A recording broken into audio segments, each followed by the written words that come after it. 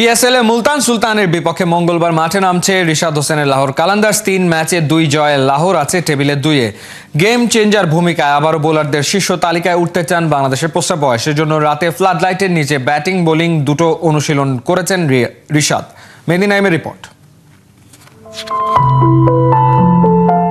Point টেবিলে এগিয়ে যাওয়ার মিশনে মুলতানে নামছে রিশাদ অ্যান্ড কোং। এই মুহূর্তে লাহোর আছে টেবিলের 2-এ। রাতে ম্যাচ তাই ফ্লাড লাইটের নিচে নিজের বোলিংটা আরও একবার ঝালিয়ে নিলেন এই লেগ স্পিনার। 2 ম্যাচে 6 উইকেট নিয়ে রিশাদ ছিলেন এবারের পিএসএল এ উইকেট শিকারীদের তালিকায় শীর্ষে। কিন্তু কম্পিটিশনে থাকা অনেক বোলার পরে একাধিক ম্যাচ খেলায় রিশাদকে টপকে গেছেন। 9 উইকেট নিয়ে শীর্ষে আছেন ইসলামাবাদ ইউনাইটেডের উইন্ডিজ পেসার জেসন হোল্ডার।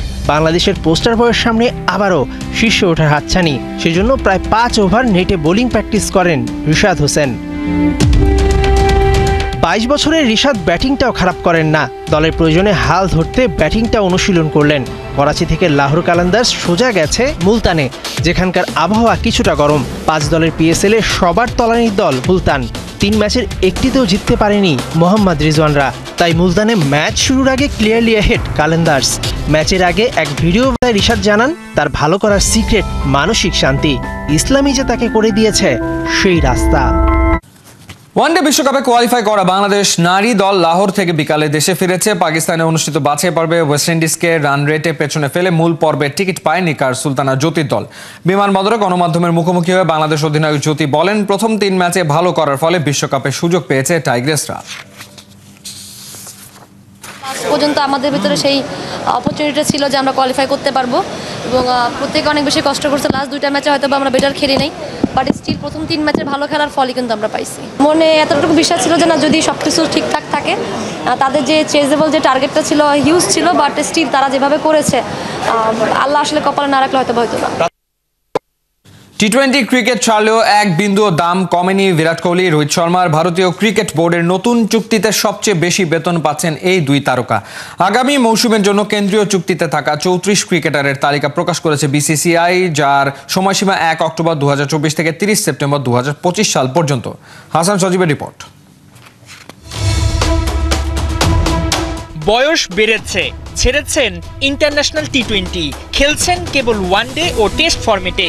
তারপরেও বেতন কমছে না বিরাট কোহলির। A+ গ্রেডে প্রতি বছর 60 কোটি রুপি বেতন ঢুকবে এই তারকা ব্যাটারের ব্যাংক অ্যাকাউন্টে। ভারতীয় ক্রিকেটার বলে কথা, যেখানে বয়সের চাইতে অভিজ্ঞতাই বেশি গুরুত্বপূর্ণ।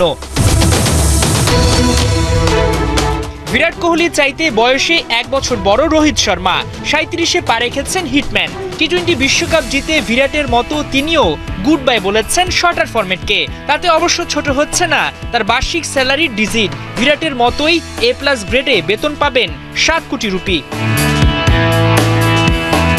সিলেট টেস্টের দ্বিতীয় দিন শেষে 25 রানে পিছিয়ে বাংলাদেশ। দ্বিতীয় ইনিংসে টাইগারদের সংগ্রহ 1 উইকেটে 57। এর আগে 273 রানে শেষ হয় জিম্বাবুয়ের প্রথম ইনিংস।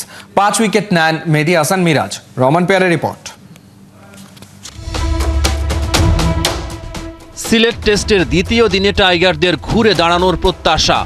যত তাড়াতাড়ি সম্ভব গুটিয়ে দিতে চায় জিম্বাবুয়ের প্রথম ইনিংসটা।